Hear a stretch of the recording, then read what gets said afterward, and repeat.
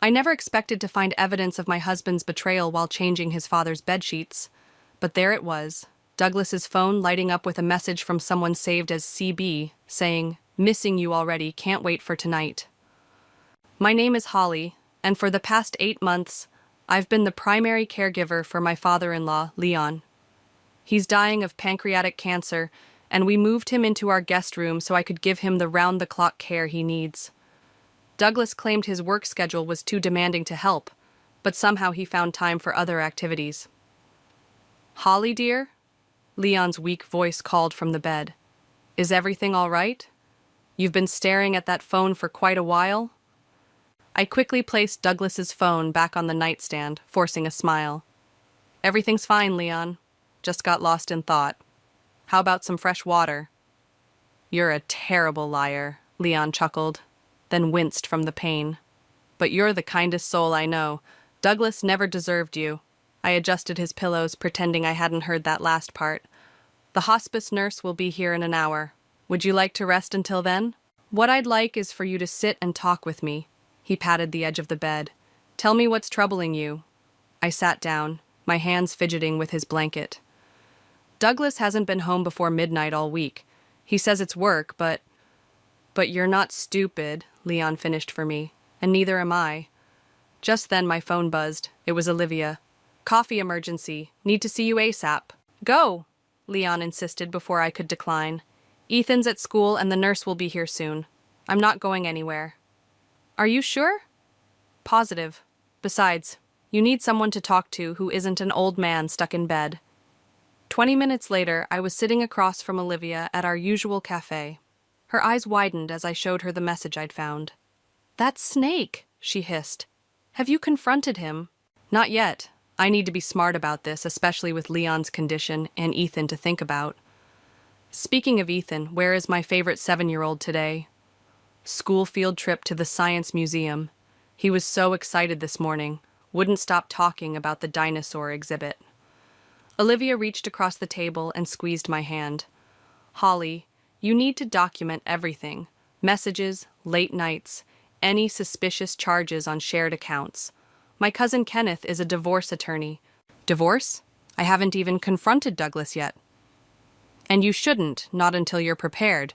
Men like Douglas, they don't just have affairs, they plan exits. Trust me, I've seen this before."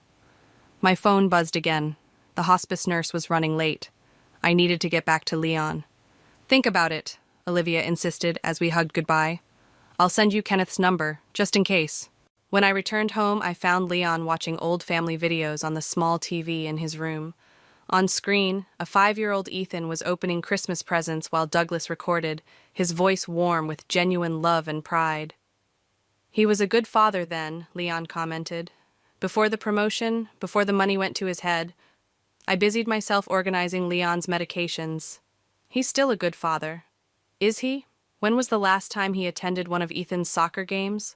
Or helped with homework?" Before I could answer, we heard the front door open. Douglas's voice carried up the stairs. "Holly, are you home?" "Up here!" I called back, my heart racing as I remembered the message on his phone. Douglas appeared in the doorway, looking irritated. "Why aren't you answering your phone? I've been trying to reach you." "I was getting coffee with Olivia. Is everything okay?" "I need you to pick up Ethan today. I have an important client dinner." Leon cleared his throat. "On a Tuesday? Must be some client." Douglas shot his father a cold look. "Some of us still have to work, Dad." I stepped between them, diffusing the tension. "Of course I'll pick up Ethan. He'll want to tell me all about the dinosaurs anyway." As Douglas turned to leave, Leon called out, "Son, when you have a minute, we need to discuss some changes I'm making to my will." Douglas paused, his back stiffening. "Whatever you want, Dad. We can talk later." After he left, Leon motioned me closer. "Holly, there's something you need to know. Something that might help you when the time comes." "When what time comes?" "When Douglas shows his true colors. And trust me, dear, that time is coming sooner than you think." The family dinner was my idea, a desperate attempt to bring us together like we used to be. Douglas actually agreed, probably because his father insisted on paying for catering from his favorite restaurant. I watched my husband pick at his salmon while Ethan chatted excitedly about his dinosaur adventure. And then we saw this huge T-Rex skeleton, Ethan demonstrated with his fork. Mom, it was taller than our house. That's wonderful, sweetheart, I smiled, then turned to Douglas. Maybe this weekend we could all go see it together? Douglas didn't look up from his phone. Can't. Working. On Saturday? Leon's voice carried an edge I rarely heard.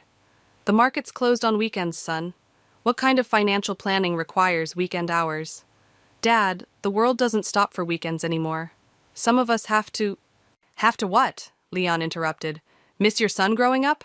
Abandon your family responsibilities? The tension in the room thickened. Ethan stopped mid-bite, looking between his father and grandfather. Ethan, honey, I intervened. Why don't you go play your new video game, the one Grandpa got you?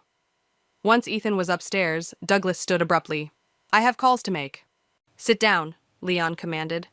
Despite his illness, his voice still carried the authority of a man who'd built an empire. Holly, would you give us a moment? I started clearing plates, but Leon caught my wrist. No, stay. You're family. More family than some who share my blood. Douglas sank back into his chair, jaw clenched. If this is about the will again, it's about honor, Leon cut in. About the promises we make and keep. Your mother and I raised you to understand that family comes first, but lately... He paused, coughing violently. I rushed to get his medication while Douglas just sat there watching. I'm fine. Leon waved off my concern after taking his pills.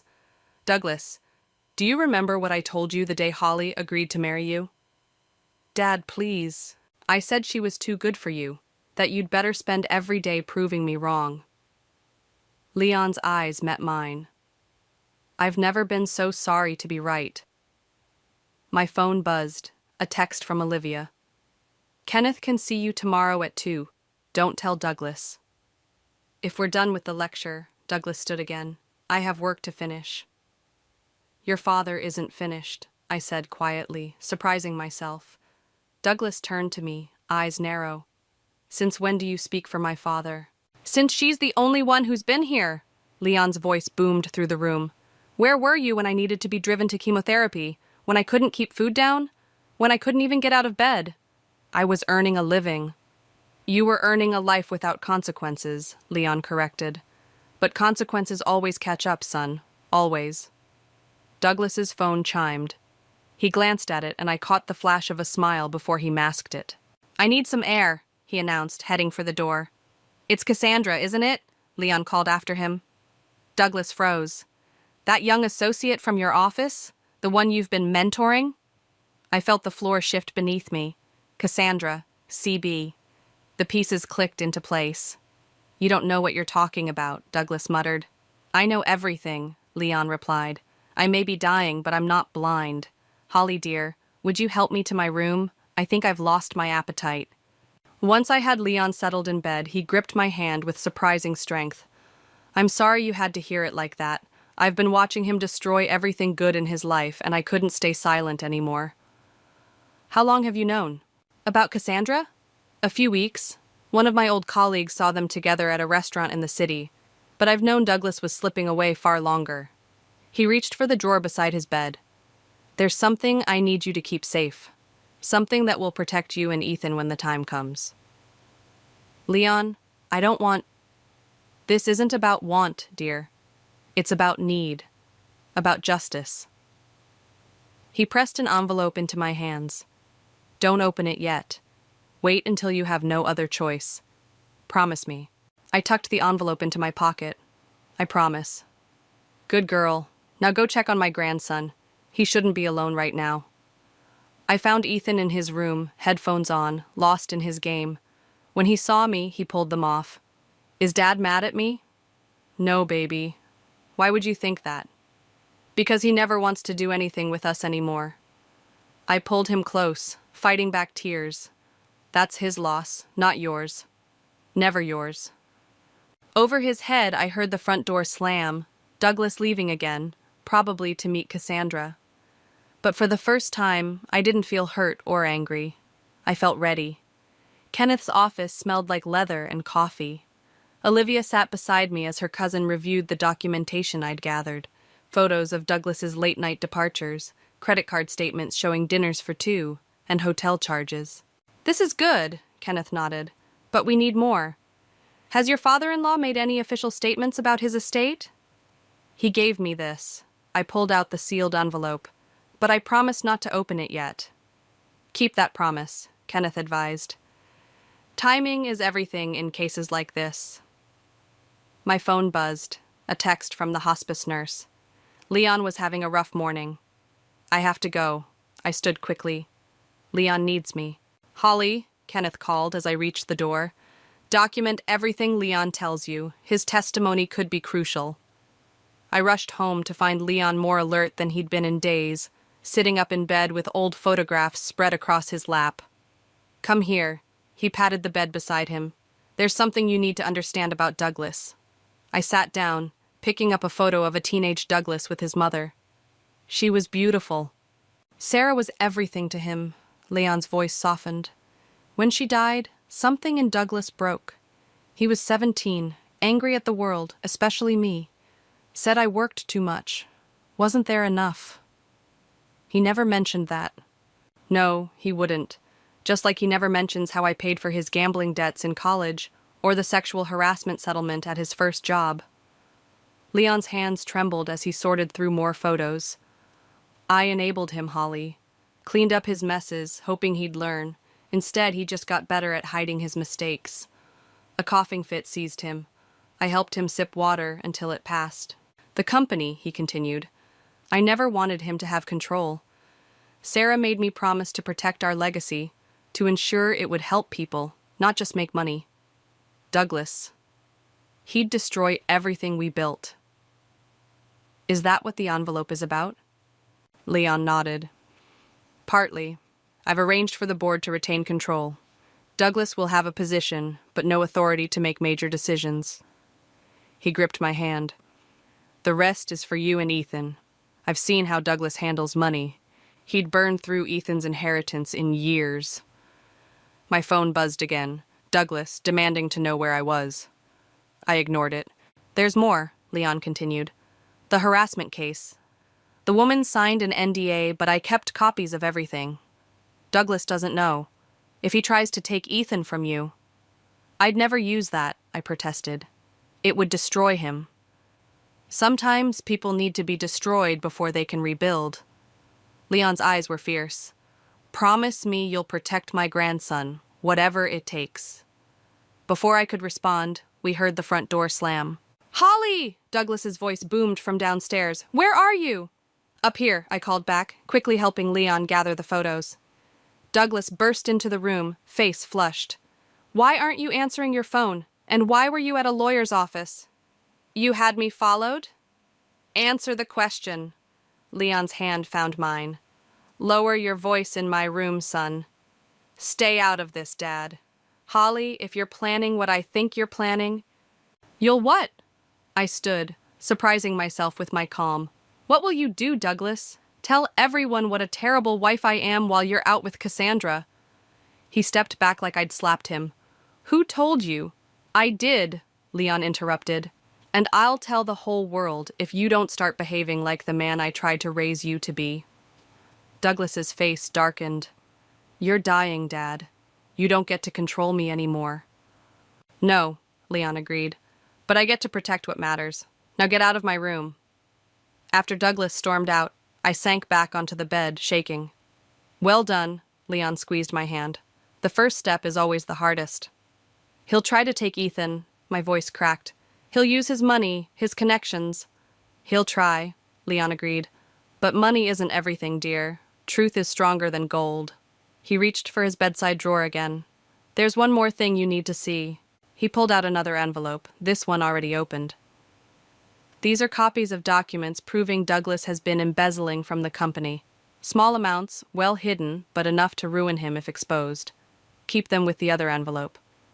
"Leon, I can't..." "You can and you will. Not for revenge, but for justice. For Ethan." He pressed the envelope into my hands. "Sometimes the kindest thing we can do is let someone face the consequences of their actions." I tucked both envelopes into my bag just as my phone buzzed with a text from Olivia. "Douglas just called Kenneth's office. threatening to sue. It's starting. Good, Leon said when I showed him the message. Let him show his hand first. The higher he builds his house of cards, the harder it will fall. The divorce papers arrived on a Tuesday morning, right after I'd helped Leon with his breakfast. The courier looked apologetic as I signed for them, like he knew he was delivering a bomb wrapped in legal paperwork. Mom, Ethan called from the kitchen. Can you help me with my science project? Just a minute, honey. I tucked the envelope under my arm and found him surrounded by construction paper and glue sticks. I'm making a solar system. He held up a wobbly paper Saturn. Dad promised to help, but he's busy, I finished, swallowing the lump in my throat. Tell you what, let me make a quick call and then we'll make this the best solar system ever. I stepped into the hallway and called Kenneth. He's requesting full custody, Kenneth said after I described the papers. Claims your dedication to Leon's care has made you neglectful of Ethan's needs. Neglectful? My voice cracked. I'm the only one who's here, who takes him to school, helps with homework, goes to every soccer game. I know, we'll fight this. But Holly, there's something else. Leon passed away an hour ago. The world tilted sideways. What? No, I just gave him breakfast. He was fine. The hospice called Douglas first. I'm sorry you had to hear it from me. I slid down the wall, papers scattering across the floor. Does Ethan know? Douglas is on his way to tell him. Holly, listen carefully. Don't leave the house. Douglas's lawyer will try to claim you fled with Ethan. Stay put. Document everything. The front door opened. Douglas walked in, followed by a young woman in a sleek business suit, Cassandra. My husband had brought his mistress to tell our son about his grandfather's death. Daddy! Ethan ran to hug him. Douglas patted his head absently. Son, we need to talk. Douglas glanced at me. Privately. Anything you need to tell him, you can say in front of me. I stood my ground. Fine. Douglas knelt before Ethan. Grandpa Leon went to heaven this morning. He's not suffering anymore. Ethan's face crumpled. But I didn't say goodbye. You saw him at breakfast, I reminded him gently. Remember? He helped you practice spelling. Actually, Cassandra stepped forward. Douglas and I thought it might be good for Ethan to spend some time at our new apartment. Help him process everything. Your apartment? I turned to Douglas. You moved in with her? Holly, don't make this difficult, Douglas warned. The papers have been served. This is happening. Ethan looked between us, confused and frightened. Mom? Go pack your backpack, honey. I kept my voice steady. But only your backpack. You're coming back home tonight. The hell he is, Douglas growled after Ethan left. My lawyer's already filed for emergency custody. Based on what grounds? Based on your obsession with my father's care affecting our son's welfare, Cassandra answered smoothly. Plus your recent erratic behavior, consulting divorce attorneys behind Douglas's back. I laughed, surprising them both. You really don't know what's in those envelopes, do you? What envelopes? Douglas demanded. The ones Leon left me. The ones that detail everything. The embezzlement, the harassment settlement, all of it. Douglas's face paled. You're bluffing. Am I? Should we open them and find out? Maybe share them with the board members at tomorrow's emergency meeting? There's no emergency meeting, Douglas scoffed. My phone buzzed. An email from the board secretary, copying me on the meeting notice. I held it up for Douglas to see. Leon made some changes before he died, I explained. Big changes. Changes that affect both the company and his personal estate. Cassandra touched Douglas's arm. She's trying to manipulate you. Don't listen. No, I corrected her. I'm trying to protect my son. Douglas, you have one chance to do this right. One chance to be the father Ethan deserves. Walk away now, and what's in these envelopes stays private. You're threatening me? With my own father's death not even cold? I'm offering you a choice, more than you gave me. Ethan came back downstairs, backpack clutched to his chest. I'm ready. Douglas reached for him, but I stepped between them. Not tonight. Tonight we grieve as a family, the family Leon loved. Tomorrow our lawyers can sort out the rest. This isn't over, Douglas snarled, but I saw the fear in his eyes. No, I agreed, but it will be soon. And Douglas, Leon knew everything, every lie, every betrayal.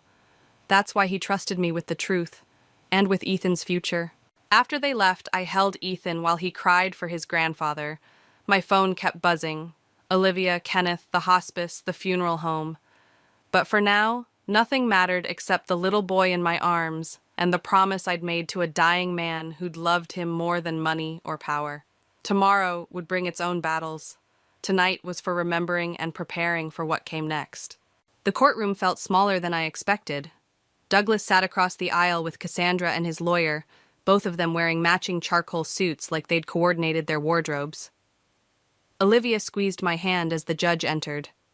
"All rise," the bailiff called out.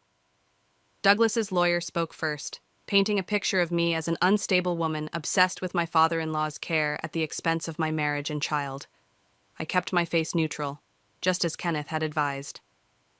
"Your Honor," Douglas's lawyer continued, "Mr. Kennedy is a respected financial executive who can provide the stable home environment his son needs during this difficult transition."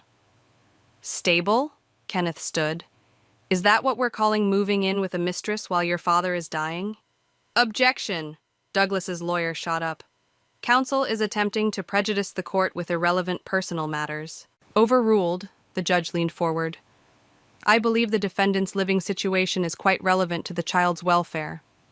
Douglas took the stand next, his voice practiced and smooth. "I love my son, Your Honor. Holly's been distracted. Ethan needs structure, attention. Just last week, she missed his soccer game because she was meeting with lawyers." "That's a lie." I couldn't help myself. Kenneth touched my arm, warning me to stay quiet. "Mrs. Kennedy," the judge turned to me, "would you like to address these allegations?" I stood, hands trembling but voice steady. "Yes, Your Honor. I have documentation of every soccer game, school event, and doctor's appointment I've attended, alone, for the past year. I also have evidence of Mr. Kennedy's absences, including credit card statements showing where he actually was during those times." Douglas's lawyer jumped up again. "Your Honor, these unsubstantiated accusations are fully substantiated," Kenneth interrupted, producing a thick folder, "including signed statements from Ethan's teachers, coach, and the hospice nurses who witnessed Mr. Kennedy's absence during his own father's illness." The judge reviewed the documents while Douglas shifted uncomfortably in his seat. Cassandra whispered something in his ear, but he shook her off. "Mr. Kennedy," the judge looked up, "can you explain these hotel charges on nights you claim to be working late?" That is... Douglas loosened his tie. "My work requires travel. 2 hotels 20 minutes from your office?" I stood again. "Your Honor, if I may?" The judge nodded. "Before he died, Leon Kennedy left me 2 letters. I'd like to read the first one now." Douglas's face went white. "Objection. Any such letters would be hearsay." The letters were notarized and witnessed. Kenneth produced the envelope. "They're admissible, Your Honor." "Proceed, Mrs. Kennedy." My hands shook as I broke the seal, but my voice remained clear. "My dearest Holly, if you're reading this, I've passed on, and Douglas has done exactly what I feared he would. He's trying to take Ethan, isn't he? Using his money and connections to paint you as unfit? Let me set the record straight. Over the past year, while Holly cared for me day and night, I watched my son abandon his family. I documented every absence, every lie. The attached records showed Douglas embezzled company funds to finance his affair with Cassandra Burns, a fact the board will be very interested to learn. But more importantly, I've witnessed Holly's dedication to my grandson. While Douglas missed soccer games for secret rendezvous, Holly was there. While he spent thousands at hotels with his mistress, Holly helped with homework and nursed me through my darkest days. I'm leaving control of the company to the board, not Douglas. And my personal estate, including this house, goes to Holly in trust for Ethan. Douglas forfeited his inheritance the moment he betrayed his family's trust. Love, always and forever, Leon Kennedy. The courtroom fell silent. Douglas's lawyer frantically whispered in his ear while Cassandra stared at the floor. "Your Honor," Kenneth stood, "we have the second letter as well, containing detailed financial records." "That won't be necessary," Douglas interrupted, standing abruptly. I I withdraw my petition for custody. Mr. Kennedy, the judge's voice was sharp, are you sure this decision is final? Douglas wouldn't meet my eyes. Holly can have primary custody. I just want reasonable visitation. Mrs. Kennedy, the judge turned to me. Do you agree to reasonable visitation rights? I thought of Ethan, of how much he still loved his father despite everything. Yes, Your Honor. Supervised visits, at least initially. So ordered. The gavel struck with finality. Court adjourned. As we left the courtroom, Douglas caught my arm. The second letter. What's in it? Insurance, I replied quietly. Stay clean, be a better father, and you'll never have to find out. Olivia hugged me as we walked out into the sunlight. You did it! No, I smiled, thinking of Leon. We did it. All of us. My phone buzzed. A text from the babysitter. Ethan's asking when you'll be home. Soon, I typed back. Tell him everything's going to be okay now. And for the first time in months, I truly believed it would be. The board meeting started exactly 1 hour after the court session ended. I sat in Leon's old chair at the head of the table, the second envelope heavy in my hands. Douglas slouched in his seat across from me, his usual confidence shattered. Before we begin, I addressed the room of stern-faced executives. I want to read something Leon prepared for this moment. This is ridiculous, Douglas stood up. She has no authority here. Actually, Kenneth stepped forward, placing a document on the table. As trustee of Leon's estate and temporary custodian of his voting shares, she has every authority. The board members murmured amongst themselves as I broke the seal on the second envelope. Douglas sank back into his chair, loosening his tie. My fellow board members, I read Leon's words clearly. If you're hearing this, I've passed on, and my son has likely made a mess of things. The documents attached to this letter will show systematic embezzlement through a series of shell companies, all traced back to Douglas's personal accounts. That's a lie! Douglas slammed his fist on the table. The evidence is quite detailed. Kenneth began distributing copies of bank statements and transaction records. Your father was thorough in his investigation. I continued reading. But this isn't just about money. This company was built on trust, integrity, and family values. My late wife Sarah and I created something meant to last generations, to serve our community. Douglas has betrayed not just his family, but everything this company stands for. The board members flipped through the documents, their faces growing darker with each page. Mr. Kennedy, the senior board member finally spoke, these transactions, they're quite substantial. I can explain, Douglas started, but his voice cracked. Please do, another board member challenged. Explain the offshore accounts, the falsified expense reports, the unauthorized bonuses to certain employees. His eyes flicked to where Cassandra sat in the corner, her face ashen. I kept reading. I'm not asking you to destroy my son. I'm asking you to save him from himself, strip him of his executive position, remove his voting rights, let him earn back his place through honest work, if he's capable. This is all her fault, Douglas pointed at me. She manipulated my father when he was sick, turned him against me. Your father wasn't manipulated, Kenneth produced another document. He had 3 separate psychiatric evaluations confirming his mental competency when he made these decisions. The board needs to vote, the senior member announced. All in favor of removing Douglas Kennedy from his executive position and suspending his voting rights, pending a full investigation. Hands rose around the table. Douglas watched his empire crumble, one vote at a time. This isn't over, he threatened. Standing so abruptly, his chair toppled backward. Actually, I spoke softly, it is. But you still have a chance to be part of Ethan's life. That's what Leon wanted, for you to remember what really matters. Don't you dare speak for my father. Then let him speak for himself. I turned to the final page. Douglas, my son, if you're hearing this, you've lost everything you thought mattered. Good. Maybe now you can rebuild what actually does. Your son needs a father, not a bank account. Your family name needs honor, not power. I'm doing this because I love you enough to let you fall. The question is, do you love yourself enough to get back up? Cassandra stood to leave, avoiding Douglas's reaching hand. Don't, Just don't. After she left, the board began discussing transition plans. Douglas sat silent, staring at his father's empty chair. The company will provide a reasonable salary for an entry-level position, the senior member informed him. If you prove yourself trustworthy, we'll reassess in 1 year. Entry-level? Douglas laughed bitterly. I built half this company. No, I corrected him gently. Leon built it. You just borrowed his legacy. Now you have to build your own. As the meeting ended, Douglas caught my arm. The trust fund, Ethan's inheritance, is safe from both of us, I assured him. Leon made sure of that. It's managed by an independent trustee until Ethan's 25. He thought of everything, didn't he? He thought of everyone, even you, especially you.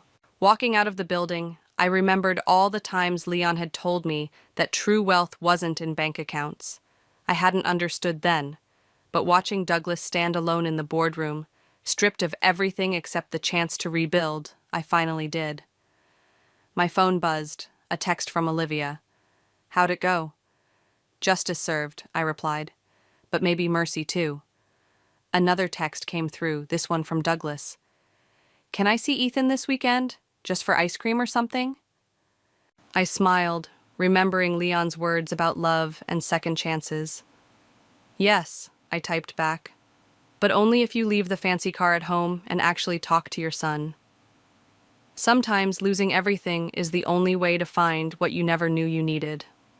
3 months after the board meeting, I sat on a park bench watching Douglas push Ethan on the swings. His suit and designer watch were gone, replaced by jeans and a faded t-shirt. The supervised visits had become less awkward each week. Higher, Dad! Ethan squealed, pumping his legs. Not too high, I called out, more from habit than worry. Olivia settled beside me, handing me a coffee. Well, this is different. Remember when he wouldn't be caught dead at a playground? Money changes people, I sipped my coffee. Sometimes having less brings out more. Speaking of money, Olivia lowered her voice. Heard anything from Cassandra? She took a job in another state. Apparently, dating an entry-level data entry clerk wasn't part of her 5-year plan. Douglas helped Ethan off the swing and they headed toward us, my son's face flushed with excitement. Mom, Dad's taking me for ice cream. Can you come too? I glanced at Douglas, who nodded slightly. Sure, honey. Olivia, want to join us? And witness this miracle of modern family dynamics? Wouldn't miss it. The ice cream shop was crowded with weekend customers. Douglas insisted on paying, pulling crumpled bills from his wallet instead of the platinum card he used to flash. How's the new apartment? I asked as Ethan attacked his sundae. Small, quiet. Douglas stirred his vanilla cone absently. Dad would have loved it, actually. Said I needed to learn the value of simplicity. He did love simple things, I agreed. Remember how he'd sit in his garden for hours? The garden, Ethan perked up. Can we plant flowers like Grandpa used to? Your mom's house has the garden, buddy, Douglas reminded him gently. My apartment just has a window box. We could plant something there, I suggested. Maybe start small, like Grandpa taught us. Douglas looked at me sharply. Us? Leon taught me everything about his garden while I cared for him. He said growing things teaches patience. Mom's really good at it, Ethan added proudly. We planted tomatoes last week. Speaking of the house, Douglas shifted uncomfortably. My lawyer sent over the final divorce papers. Olivia tensed beside me, but I stayed calm. Kenneth reviewed them. They're fair. More than fair, Douglas admitted. I wanted to thank you for not using the second letter, for giving me a chance with Ethan. That was Leon's gift to both of us. He knew what really mattered. Ethan, oblivious to the adult undertones, launched into a story about his science project. Douglas listened intently, asking questions, fully present in a way he hadn't been in years. Later, as Douglas walked us to the car, his phone rang. He checked it and grimaced. Everything okay? I asked. Just work. The data entry position, it's not exactly thrilling. But it's honest, I reminded him. That matters to the board, to Ethan. And to you? What matters to me is that our son has a father he can be proud of. Douglas knelt to hug Ethan goodbye. See you next weekend, buddy. Maybe we can start that window garden. After he left, Olivia shook her head in amazement. If someone had told me 3 months ago that Douglas would be planning container gardening. People can surprise you. I watched him walk away, his shoulders straighter despite everything he'd lost. Sometimes they even surprise themselves. Mom? Ethan tugged my sleeve. Is Dad going to be okay? I think so, honey. He's learning what Grandpa tried to teach him all along. That evening, after Ethan was in bed, I found myself in Leon's garden. The tomato plants were thriving, just as he said they would. My phone buzzed with a text from Douglas. Thank you for today. Dad would have liked it. I typed back. He did always say the best growth happens after pruning. Another message came through. Found his old gardening book in a box. Mind if I bring it next weekend? Ethan might like to see it. Leon would love that, I replied, smiling at the memory of the old man teaching me about nurturing roots and cutting away dead growth. Olivia called as I was heading inside. Just checking in. How are you really doing with all this?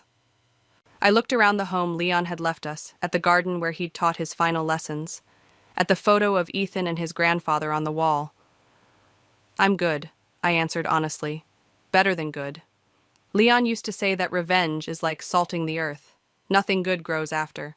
But justice is like pruning, painful but necessary for new growth. And Douglas is finally growing in the right direction. That's all Leon ever wanted, all any of us wanted. The stars were bright overhead, the garden peaceful in the gathering dusk. Somewhere across town, in a small apartment with a window box, a father was planning to plant seeds with his son. Sometimes, I realized, the best revenge is simply letting go and watching truth take root on its own. The autumn wind scattered leaves across Leon's headstone as I placed fresh flowers beside it. Ethan carefully arranged the small potted plant he'd grown in his father's window box. Do you think Grandpa would like it? He asked, adjusting the miniature roses. He'd love it, I assured him. Remember how he always said roses were the most honest flowers? Because they have thorns? Douglas approached, carrying his own bouquet. Mind if I join you? Ethan hugged his father while I made space for Douglas's flowers. The board meeting that morning had been interesting. Douglas's first presentation since starting in the company's community outreach program.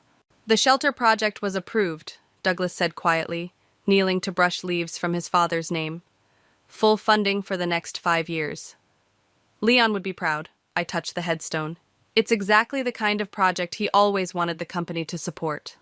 Mom helped Dad with the presentation, Ethan announced proudly. I heard them practicing on the phone. Douglas smiled, a real smile, not the polished one he used to wear.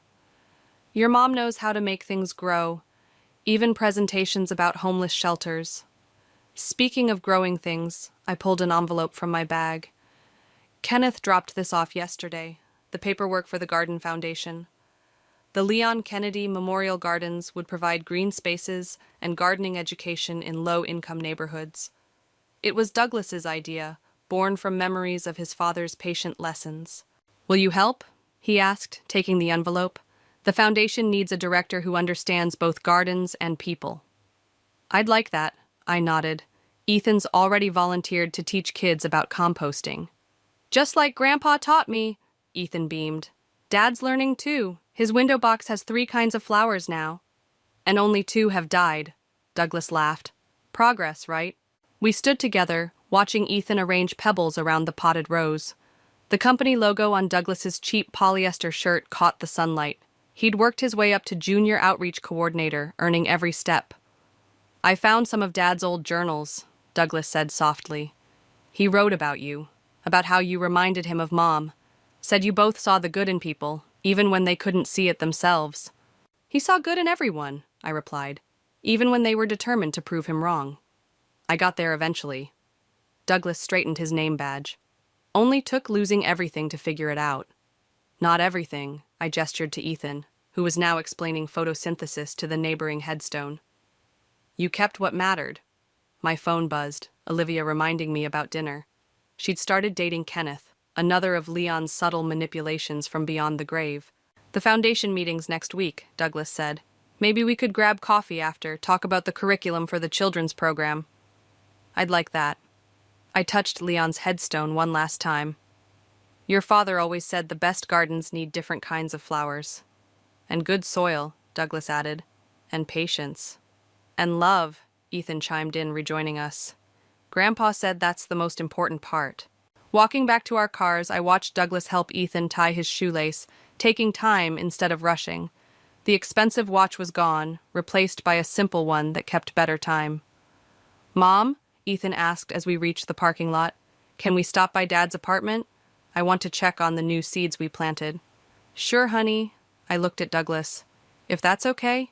He nodded, keys jingling in his hand. I made cookies. Well, tried to make cookies. They're a little burnt, but just like Grandpa's, Ethan laughed. He always forgot them in the oven. As we drove through the city, past the lot where the first memorial garden would grow, I thought about Leon's last words to me. Sometimes the greatest act of love is letting people find their own way back. Douglas's apartment was small but bright, the window box bursting with late-blooming flowers.